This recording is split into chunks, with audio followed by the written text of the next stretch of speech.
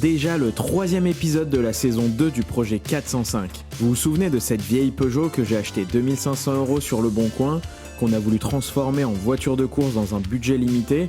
On avait plutôt réussi, mais pour cette saison 2, on avait envie d'aller beaucoup plus loin en tentant de reproduire une véritable voiture de super tourisme des années 90.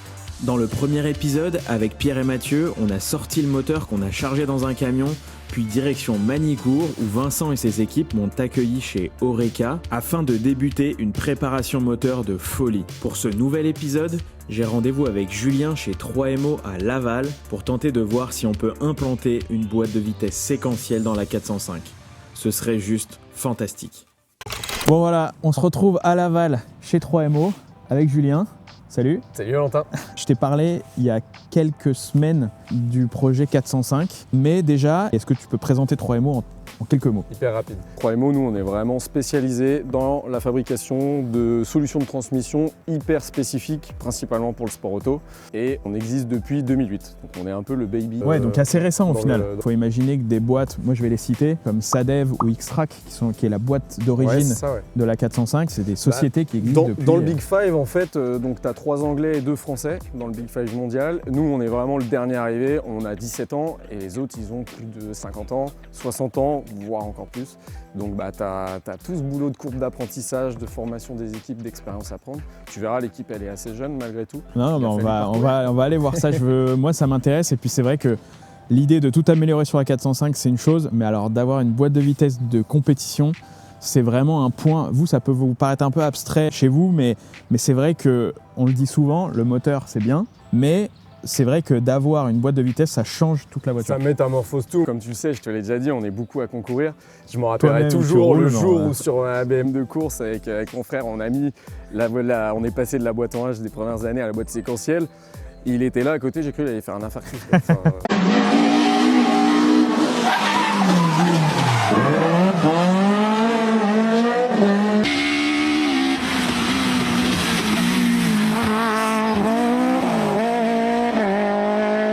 On va pas tout développer ici parce que sinon ça va être un peu triste. On va aller à l'intérieur parce que je veux que tu m'expliques comment, entre le moment où on s'est appelé et le moment où vous avez terminé cette boîte de vitesse, comment on a fait.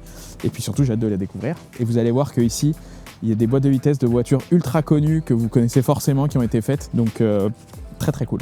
Première chose, donc quand on s'est appelé, moi je t'ai parlé de la 405. Déjà tu m'as dit c'est un truc qu'on fait pas souvent. Par contre, on est sur une base de moteur XU. On est quand même sur une base qui est assez connue chez Peugeot. Ouais, hyper commune en France. C'est quasiment la boîte que tu vas avoir, elle est, on va dire, 60% des voitures qu'elle va équiper, ça va être en XU. Donc, quand on s'appelle et que moi je te dis je veux une boîte de 405, avant de me dire ok vas-y, qu'est-ce qu'on fait pour voir déjà si ça peut fitter? Exactement, on récupère un max d'infos sur ton projet, déjà dans quelle discipline tu vas rouler, vraiment ton projet, on s'intéresse à toi, c'est ça qui nous intéresse et nous derrière on va travailler avec l'équipe bureau d'études pour définir le package et voir si on a des adaptations à faire pour que ça se monte. Et à la fin le but c'est de toujours trouver une solution et toi quand tu reçois, tu montes et t'as pas de questions à te poser. Presque plug and play quoi. Quasiment, ouais. Quasiment. Donc ça va au bureau d'études. T'as un bureau d'études? Ouais, ici. On va y aller. Allez, go, c'est parti. Là, c'est la partie studieuse. Quand tu as le modèle de la voiture avec la demande du client, là je parle par exemple pour un client particulier, qu'est-ce qui se passe? Vous avez plusieurs modèles? La plupart du temps, c'est déjà à peu près établi, mais dans tous les cas par contre, on a besoin de faire le point sur la partie montage embrayage, arbre d'embrayage, calage de la butée, de manière à toute cette partie technique qui peut vite te mettre en panne et soit sous contrôle. Ok. Du coup, on va retrouver Florentin qui lead côté BE, qui va te montrer un petit peu comment ça se passe. Salut Florentin, donc BE pour bureau d'études. Bureau d'études. Et donc du coup, la boîte de vitesse, même pour un projet, alors je vais pas dire que c'est un petit projet la 405 parce que pour alors nous, donc ça chez nous, il n'y a pas de petit projet. Pour nous, c'est le projet de l'année, donc c'est quand même méga important. Mais donc pour chaque projet, même on va dire particulier, on passe par une modélisation en gros. Donc là, on la voit. Donc si je dis pas de bêtises, là la boîte de vitesse, elle est ici. Oui. Ok. Donc sur le modèle, c'est une ETV. C'est un peu votre best-seller en gros. Clairement, c'est notre best-seller. On a édité plus de 1000 numéros. On aurait bien aimé de faire le numéro 405, mais ça fait des années qu'on l'a attribué celui-là. Ça fait des années qu'il est fini. Ça équipe des coupes, ça équipe des privés, des amateurs, ça a gagné les 2 derniers Dakar en catégorie Challenger. Ok. Ça fait du circuit, du rallye, rallye raid, course de côte, enfin tout. Rallycross. Rallycross. Là, on croise les doigts. Dans 2 jours, c'est la finale du championnat de France Rallycross. On est à 2 doigts de gagner notre premier titre de championnat de France en Super 500. Ah ouais. Avec la boîte ETV. Avec Max Evno. faut faut imaginer que sur la 405, on va partir d'une boîte de vitesse donc d'origine qu'on va prendre et qu'on va mettre complètement de côté pour toujours. Et pour que vous compreniez bien, on va venir mettre en lieu et place une boîte de vitesse de compétition. Tout l'enjeu, c'est que le moteur, pour le coup, va rester, alors il va évoluer comme vous l'avez vu, mais il va rester globalement le même, parce que sinon on sort des réglementations, tout ça. Maintenant en commentaire, ils mettent faut mettre un turbo, faut mettre mettre un moteur de je sais pas quelle voiture. Nous, le but, c'est quand même que la voiture soit homologuée et qu'on puisse rouler en compétition avec, que ce soit en circuit, en rallye, dans ce qu'on veut. Le but, c'est d'essayer de faire la voiture la plus passe-partout, on va dire. Et donc là, toi, tu peux voir vraiment si ça vient s'emboîter comme il faut. Je peux contrôler l'intégration, l'implantation avec l'entretoise moteur et avec tous les éléments extérieurs, le démarreur notamment, et les transmissions. Donc normalement, ça fit. Normalement, ça fit. Bon, donc là, on est sur une partie, vraiment, on va suivre le processus de production un peu des pièces d'une boîte. Ouais, exactement. Donc, sachant que sur une de nos autres usines, c'est la fonderie. Nous, une des particularités par rapport à tous nos confrères, c'est qu'on est les seuls, si je dis pas de bêtises, mais je dis pas de bêtises, à avoir notre propre fonderie. C'est-à-dire que la fabrication, la coulée des carters, on l'a fait nous-mêmes. Et ça, c'est un super avantage. Donc, on est autonome pour faire des protos, etc. Donc, on peut dire que chez 3MO, tout est 100% made in France, en tout cas sur la partie conception. Les seules choses qu'on va acheter, ça va être des roulements, des joints. Ça va s'arrêter là, des capteurs, évidemment, des vis, et dans des rondelles. Dans tout ce qui est purement conçu par 3MO, tout est fait on fait en France. absolument tout en interne. Pas mal, non? C'est français. Vous allez voir, on va vous citer 2-3 projets qui ont été faits. L'Alpine Pikes-Peak, qu'on a essayé sur la chaîne et qui est, nous, pour le coup, notre best-seller de la chaîne en termes de vue. Clairement, on est sur une boîte de vitesse 3MO. Exactement.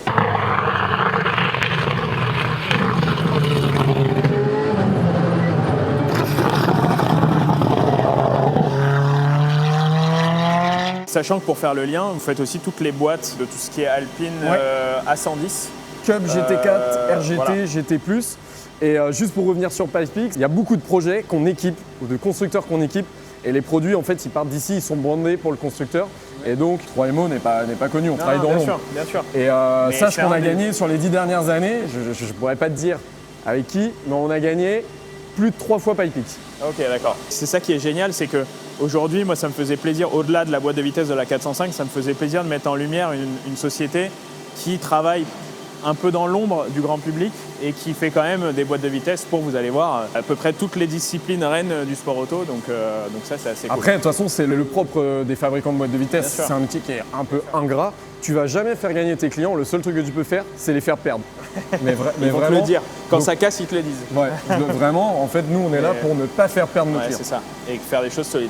Bon, du coup, là, on arrive sur la partie vraiment de conception globale d'usinage des pièces. On est organisé en îlots. En fait, tu as la partie tournage, après on a la partie taillage, on a la partie fraisage et on a au milieu de tout ça de la rectification après traitement et de la super finition. On va voir tout à l'heure, parce que j'ai vu qu'il y a des pièces qui t'ont. Ouais, il y a des trucs qui me plaisent. Ça, qu'est-ce que c'est par exemple? Ça, c'est une couronne de pont avec la tulipe intégrée. Donc là, on est sur une pièce qui a vraiment beaucoup de techno. Ok. Donc là, en plus, c'est pour un programme série. Quelle voiture ça? C'est une voiture hyper dingue. C'est une voiture qui a un aspirateur en dessous. C'est la caisse qui a roulé à Goodwood? Ouais, c'est ça? C'est la caisse qui a le record de Goodwood, la McMurtry.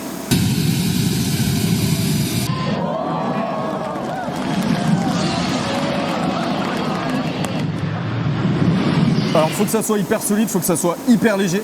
Ok. Parce que la voiture, c'est vraiment son point fort, c'est le poids, la perfo pure.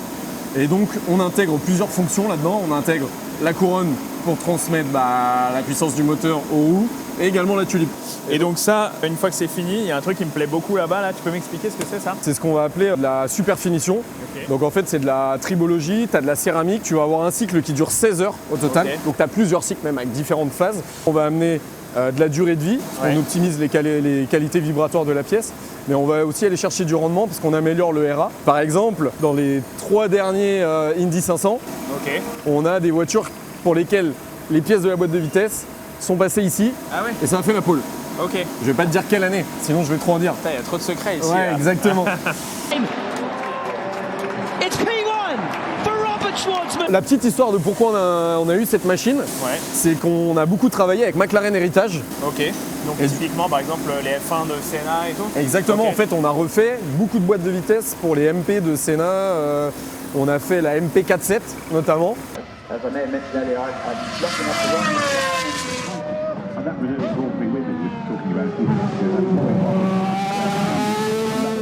Et donc McLaren a dit, ils sont venus nous visiter, ils ont tout validé, ils ont dit par contre il vous faut ça. Donc Ouais, ils nous ont pour, conseillé, il vous faut le- telle machine. Ils sont venus pendant 3 jours, ils ont validé le process, on a mis au point le process avec eux et c'était parti. Si McLaren dit pour la caisse de Senna il nous faut telle machine, on la prend. Ouais, Et du coup, une fois que ces pièces elles sont finies, et ben après on va au contrôle qualité ok, et c'est là où on va valider. Alors soit on fait du 100%, soit de l'échantillonnage, tu vas voir ça. ok. Après ça part en stock et ça part soit sur du montage, soit chez les clients. Parmi les pièces, tout le flux de pièces que tu peux Ouais. voir, là ça c'est des arbres qui servent dans la boîte de ta 405. Ah, on a des pièces de la 405. Ça, typiquement, ça c'est une pièce qu'il y aura dans la boîte de ma voiture. Exactement. Ok. Ton arbre donc qui va servir dans la boîte de ta 405, c'est le même arbre qu'il y a dans la boîte de la F3. Donc c'est 3MO qui fait les boîtes de vitesse de la F3 FIA Des 30, des 30 F3 FIA qui est qu'on en voit support de la F1 quoi. en support de la F1. Ok. ouais, Ah ouais, exactement. d'accord. Ok, je savais pas ça, tu vois. On a des pièces de F3 dans la 405. Tu peux pas expliquer le différentiel? Le différentiel? Il y a des très belles vidéos, je crois, sur le différentiel, mais justement pas encore. Il y a une magnifique vidéo en noir et blanc, mais on vous met 2-3 images, et c'est faux de dire qu'il n'y a pas de vidéo sur le différentiel. Mais c'est vrai qu'il n'y a personne qui le développe en détail. Et donc là, ici, c'est Le magasin. Le magasin. Le magasin. C'est là où on fait ses courses. hyper stratégique. Ok. C'est-à-dire ouais. c'est là où si on est bon, globalement, si on a bien travaillé nos niveaux de stock, si on a une équipe performante, et comme on est une équipe Ils performante, ont l'air c'est pas quand de souci. Et ben c'est là où on va préparer d'un côté les pièces pour les boîtes de vitesse qui sont en commande. Ouais. Donc on prépare des panoplies et après ça part sur l'usine de montage. Et on prépare aussi les commandes SAV pour les clients, pour leur révision, toutes ces Ok. choses-là. Ce qui m'impressionne, c'est vraiment de voir à quel point on peut s'adapter, vu la multitude de moteurs, d'années, de construction, de différences et tout qu'on peut avoir, c'est de pouvoir s'adapter à tout pour venir faire marcher au final un moteur, une voiture, etc. Avec la boîte de vitesse, je trouve ça incroyable. Moi, quand tu m'as dit, ouais, on va pouvoir trouver une boîte de vitesse qui va venir s'emboîter dans le moteur qu'on avait préparé avec Damien, tout ça, même s'il va être modifié. Mais je veux dire, je trouve ça assez incroyable, techniquement parlant, de pouvoir venir s'adapter à tout, quoi. Là, par exemple, on a un carter de boîte marqué Dallara. Ouais. C'est pourquoi, ça, par exemple? C'est pour de la monoplace, Ok. donc type Super Formula. Ok. Super Formula, c'est les monoplaces qui roulent au Japon. Vous bossez beaucoup avec Dallara? Ouais. On fait Ok. beaucoup de choses avec eux. Quoi. Il y a de la monoplace, il y a pas mal de démonstrateurs aussi pour des grands constructeurs série avec eux. Il y a plein de choses. Ok. Et par exemple, ma boîte, on pourrait l'appliquer si on se projette. Par exemple, on a dit que c'est la plus connue. S'il y a des gens qui sont intéressés par avoir le même type de boîte, on peut l'adapter sur quel type de voiture, par exemple? Ça peut être de la Clio, de la Peugeot, de la 205 par exemple. On a un des gars les plus connus en rallye en France, c'est Ludovic Jeudi. Il a une 205? Et il a plus une 205 maintenant, il a une Ok. 307, mais il a été connu pour ce qu'il a fait avec sa 205. C'est une 205 un peu énervé? Ah ouais, ça fait plus de 300 chevaux.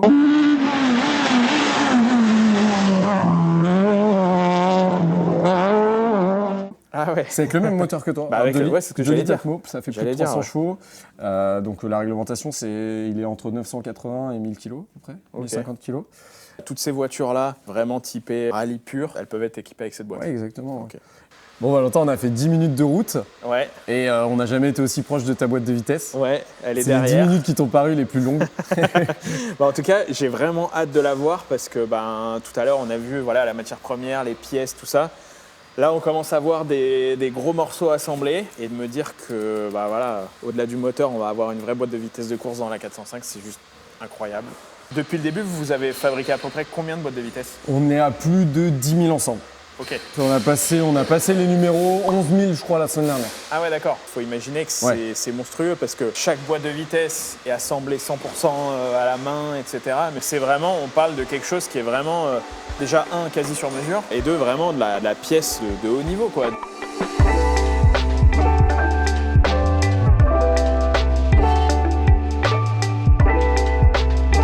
Moi, je vois des boîtes. Tout ici, il y a des boîtes de course, il y a des boîtes pas de course, il y a des choses dont on peut pas parler comme depuis le début. Et puis au milieu de tout ça, il y y a ta boîte de vitesse qui est prête depuis Je vois, un c'est bon, petit moment. j'ai vu le nom, on va pas j'ai se vu le nom mentir. sur la Et donc, box en plastique. qui est juste là. Qui est juste là. Ok. Donc tout est là-dedans, en gros. Le paquet est là. Tout Ok. est là. Moi, je te propose qu'on sorte tout, Allez. puis qu'on regarde sur l'établi. Ça a l'air d'un gros bout de métal comme ça, mais de s'imaginer quand on voit les boîtes de voitures de course, moi j'ai l'habitude d'en voir depuis longtemps, quand je me dis que ça va aller sur la 405, qu'on a trouvé sur le bon coin, enfin bref, faut imaginer tout le processus. C'est quand même un truc de fou. Si on regarde par exemple là, je veux dire, on a quand même une boîte d'Alpine de compétition de chez Signatech, comme celle qu'on a pu essayer sur la chaîne. Et là, j'ai ma boîte de 405, quoi. Et c'est pas romancé, hein. Ils sont vraiment là. Il y a tous les clients. Et là, je trouve ça juste génial d'avoir ça. J'ose même pas toucher, en fait. Il y a plein de trucs dedans, il y a plein de pièces. On sort tout là-bas, on se retrouve là-bas et on détaille tout ce qu'il y a dans cette boîte. C'est parti. La boîte de vitesse est sortie. C'est une pièce absolument incroyable. Alors, je vais pas faire comme avec des enfants ou ses animaux préférés, mais la mienne, je sais pas pourquoi, je la trouve plus belle que les autres. Mais elle l'est. Tu vois, une boîte de Super Formula, c'est un peu has-been en vrai. Ouais, c'est vrai. mais non, mais de se dire que celle-ci, elle va aller dans la 405, encore une fois, je trouve ça vraiment hallucinant. Et je suis en train de réaliser que cette voiture va devenir une vraie voiture de course. Ouais, souvent c'est ce qui fait le switch. C'est la bascule en Ouais. fait. J'imaginais pas qu'on puisse mettre autre chose que la boîte de vitesse d'origine qu'on avait, parce qu'en 405, clairement, c'est pas la voiture la plus développée. Que la boîte de vitesse qu'il y avait d'origine en Super Tourisme ou même en rallye, c'était une X-Track. Il faut savoir qu'une X-Track aujourd'hui, qui est en boîte en H ou même séquentielle, aujourd'hui, ça vaut peut-être 40 000 €. Ah, mais largement plus que ça. À Ouais, une mais époque, plus que les ça, boîtes de enfin. 306 Maxi, c'était plus de 100 000 €. Donc cette boîte, c'est une ETV. Maintenant, on va parler vraiment des détails avec la 405. Ouais. Si on reprend, moi, tes premières questions, ça a été qu'est-ce que tu veux faire avec et ce que vous prévoyez sur le moteur, sur les régimes, etc. Et exactement, parce qu'en fait, si tu veux, on a plusieurs boîtes de vitesse de roue motrice, traction. Et après, en fonction de toi, ton projet, ce que tu voulais y faire, les possibilités d'évolution moteur, ça nous oriente vers un modèle ou un autre. Donc cette ETV, comme on l'a vu tout à l'heure, elle va s'emboîter dans le moteur Grâce à ça, Exactement. qui est une superbe pièce taille masse Ouais, en alu. ouais, c'est ça. C'est l'entretoise moteur. Il faut imaginer qu'en fait là, le moteur va venir s'emboîter ici et être en gros ici, quoi. Mais c'est ça. C'est ça. Exactement. Là, pour ce type de boîte avec le moteur qu'on veut faire, Ouais. Toi, tu préconises quoi comme volant moteur, embrayage? Ouais, alors volant moteur, en général, on part sur des volants moteurs allégés. Ou Ouais. sinon, on peut utiliser le volant moteur d'origine qu'on réusine pour Mais mettre réusiné. pour faire un centrage pour l'embrayage Ok. l'embrayage de course. Et le plus important, en fait, c'est vraiment l'embrayage. Ouais. Et c'est là où nous, on t'accompagne sur le choix de l'embrayage Ouais. par rapport à notre expérience. Parce qu'en fonction de si c'est du circuit, du off-road, du rallye, on va pas choisir la même chose. Donc par exemple, toi, un projet qui est hyper transverse, Ouais. multi-application, Bon, Off-road rally raid, on fait pas. il faut faire le bon choix. Mais ouais. Voilà. Il faut faire le bon choix parce que également aussi par rapport à ce qu'on va te conseiller, ça peut avoir un impact sur le moteur. Alors même si sur le moteur XU c'est moins sensible que d'autres moteurs par rapport à l'embrayage, mais ça c'est un point de vigilance à avoir. Et donc ici, ils vont sortir les cardans, Ouais. sachant que si je dis pas de bêtises, il y a un cardan long, un cardan court. Ça dépend des Un peu. montages en fait. Donc là, on va aller à la roue côté gauche. Donc là, tu as nécessairement un garde en cours. Et en fait, côté droit, souvent, tu as, comme tu as sur le XU, toi, ce que tu vas Ouais. avoir, tu as un palier relais. Ah oui, ok, Ici. d'accord, qui vient Donc tu as faire un arbre truc. relais ici Ok, que ok, nous, ok, j'ai on compris. fournit. Et ensuite, tu as un cardan droit qui fait du coup la même longueur que Ouais, gauche. ok, ça fait comme un, oui, comme un truc qui vient équilibrer. les deux. Exactement. Ok. Bon bah écoute, trop bien. Et donc là, du coup, Et bien sûr, tu as ça. ça c'est quoi ça? Donc ça, c'est ce qui relie la boîte de vitesse à ce qui va se passer Ah bah oui, dans l'habitacle, ok, à ton levier, le levier. le fameux. Il y a une chose, moi qui m'a tout de suite parlé, et c'est la première chose que j'ai imaginé quand on a parlé C'est de mettre c'est une le boîte premier truc dont séquentielle. tu m'as parlé, et alors que nous, c'est souvent Ouais. le dernier truc dont on parle. quoi. Mais j'ai dit, attends, parce que du coup, ça veut dire que tu vas avoir un levier en plein milieu de la voiture, en mode séquentiel, style un peu Super Tourisme, DTM et Ouais, tout. ouais. Tu m'as dit, bah ouais, c'est ça. Donc, faut que je vous le montre, parce qu'il est quand même incroyable. Attends, je te le ramène, je vais tout prendre. C'est ça. Vas-y, viens voir. C'est ce levier de vitesse qui est absolument magnifique. Et avoue que c'est quand même un truc cool de venir chercher le levier pour sélectionner ses vitesses. Ça fait partie de l'expérience. Ouais, ça fait partie de l'expérience client. Après, moi, c'est plus souvent mon frère qui l'a dans les mains que moi, mais c'est la première chose dont tu m'as parlé parce que c'est le premier truc qui est marquant sur la voiture. Si tu veux, tu peux remplacer la partie pommeau. Ça, Si on tu peut veux le mettre changer. le pommeau en bois de la 306 Maxi, Dites-nous en commentaire. noisetier du châtaignier ou du. Ouais, déjà le bois, si vous savez. Mais alors ça, je pense qu'il n'y en a pas. Mais bon, à voir s'il y en a qui Moi, savent. je crois que c'est du noisetier. Ouais, il y a moyen. Je demanderai chez Peugeot. Et après, si vous voulez qu'on laisse comme ça ou si on en met un en bois, un peu style 306 Maxi ou même Super Tourisme, hein, les 405. Ouais. Super Tourisme en 93 qui sont arrivés en France, les Ouais. toutes premières, avaient un levier en bois. Val de Vian and Le Mans, and he's fastest in practice in the Peugeot 4. On peut peut-être lancer un truc, Un peu- petit un phénomène peu- de mode, un on proposera à la phénomène de gamme. mode, voilà. On va nous appeler, je vais le mettre. Pas de Le problème. même en truc, donc voilà. Et puis après, il y a un truc cool, alors c'est accessoire, hein, mais il y a un petit truc cool, c'est le petit afficheur du coup qu'on va mettre, on ne sait pas encore trop où, mais qu'on va mettre dans la voiture pour avoir du coup le rapport engagé, comme ce qu'on avait par exemple dans la Skoda Supercar, on avait le rapport. C'est hyper important. Parce ouais, en fait, avec une boîte séquentielle, il y a un autre intérêt technique, c'est que tu optimises ta plage d'utilisation moteur. Ouais. Et il y a des fois, ça va tellement vite, tu sais plus où t'en es, quoi. Et on en vient sur un dernier choix, c'est aussi l'étagement des pignons, parce que du coup, comme on disait, elle a été assemblée là-bas sur la ligne de montage, avec donc une fiche spécifique à ma voiture. C'est ça. Chaque boîte, elle a un numéro de série, c'est la carte d'identité de la boîte, tu vas avoir l'info des rapports. La référence des carters qu'on va mettre dedans, la référence de l'arme d'embrayage, le setup de différentiel, qu'est-ce qu'on a mis dedans, la précharge, quelle coquille, etc.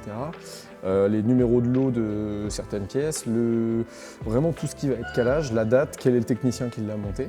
Parce qu'il faut savoir que les infos que je t'avais données, c'était que pour l'instant, nous on vise environ 230-240 chevaux, à peu près 8000 tours minute, et tu me demandais une vitesse max aussi. Moi je savais pas trop quoi penser, mais pour du circuit, et potentiellement aussi du rallye. Je trouvais de 110, 220, ça pouvait être cohérent. Franchement, un grand merci d'avoir vraiment passé le temps. Et puis on va aborder le dernier point. Il faut avouer que sur la saison 1, on avait essayé de tout faire en mode low cost. Là, sur la saison 2, même si on essayait de contenir les budgets, on est parti sur autre chose. Ouais, t'as ouvert les vannes. Sur une boîte de vitesse comme ça, on est sur combien à peu près? Si on parle de différentes... sur une ETV, alors sur une ETV, globalement, peu importe le moteur, on va être entre 13 et 18 000 euros. Okay. Ce qui va faire la différence après, c'est les entretoises moteurs. Par exemple, une entretoise où on en fait beaucoup, elle va coûter moins cher qu'une entretoise d'un moteur hyper rare. Bien sûr. Donc ça va être les éléments. On a différents. On met la pompe à huile mécanique ou on la met pas. Le différentiel, on met le 12 face ou le 16. Enfin, il y a plein d'options qui font. Mais globalement, il faut retenir, c'est une version comme toi t'as. C'est aux alentours de 16 000 euros. Okay. Je suis toujours un peu mesuré, je suis pas le genre à sauter en l'air et tout, mais je suis juste trop content de voir ça et ça me donne juste envie de la charger et soit on l'amène chez Oreca pour la monter à la fin du montage du moteur, soit on l'amène direct à la voiture. Mais ça peut être intéressant peut-être de l'amener à la fin du montage du moteur pour voir si tout match, l'embrayage, tout ça, de tout monter correctement. Mais globalement, trop hâte de voir ça et puis trop hâte de mettre ce levier en plein milieu et ça je pense que ça va changer. T'es un enfant. Ouais, non mais vraiment. Tu sais, moi je suis depuis gamin, je suis passionné par DTM, super tourisme, tous ces trucs-là. Ah bah t'es typiquement dans cette donc, philosophie. On est clairement là-dedans. Ah ouais, donc toi quand on a parlé du levier en WRC tout à l'heure, t'es plutôt de la team je veux garder le levier moi manuel. Je kiffe. Moi j'adore. Après, je conçois que c'est moins perfo. Mais après, tu vois, quand on a essayé la DTM, je pense pas que les changements de vitesse au levier fassent perdre du temps. Ouais, alors tu vas avoir un petit peu le côté gain de temps, mais c'est plus vraiment le confort. Confort, bien sûr. Le confort de pilotage. Bon, mais en tout cas, nous, on a hyper hâte de te voir en piste. Ouais, non, mais vous l'avez pas vu, mais tous les employés ont été cool. Enfin, tout ce qu'on a vu et tout de chez 3MO ont été trop cool. Ils nous ont souhaité bonne chance pour la 405 et tout. Donc, j'ai juste trop hâte de faire ça et de prouver un peu aussi à tout le monde. Enfin, c'est pas vous prouver, mais tu vois... montrer que notre projet on l'amène vraiment au bout et que c'est pas juste un peu du blabla et qu'on est là pour vraiment faire des belles choses quoi. Mais écoute, un énorme merci déjà, de nous avoir accueillis, d'avoir écouté le projet et de m'avoir accompagné comme il faut, tu vois, en termes de conseils, etc., de conception et puis aussi de rapidité de conception. Et donc vraiment un grand merci pour ça. Écoute, j'ai juste hâte de vous prouver qu'on va faire une caisse de fou et que... par contre, tu sais ce qu'il te reste à faire. Quoi tous nos invités quand tu mais ça j'y ai déjà pensé, faire une journée avec tout le monde et tout, j'y ai déjà pensé. Faut que je vois où je peux le faire, quand et tout, mais c'est clair que ça sinon, fait partie... c'est des forceurs, ils viendront quand même. Enfin, on est des forceurs, je pense. Non, mais clairement ça fait partie des idées. Mettez-le aussi en commentaire, peut-être qu'on fera venir quelques abonnés ou autres, à voir, mais ça peut être un chouette truc. Bon en tout cas un grand merci et puis écoute, nous on se retrouve pour un prochain épisode très rapidement parce que je sais que le moteur continue à être élaboré, changé, amélioré, etc. On est aussi en train de se pencher sur les trains roulants, je vous en dis pas trop parce que on découvre petit à petit mais on va vraiment faire une caisse de ouf. Donc rendez-vous au prochain épisode.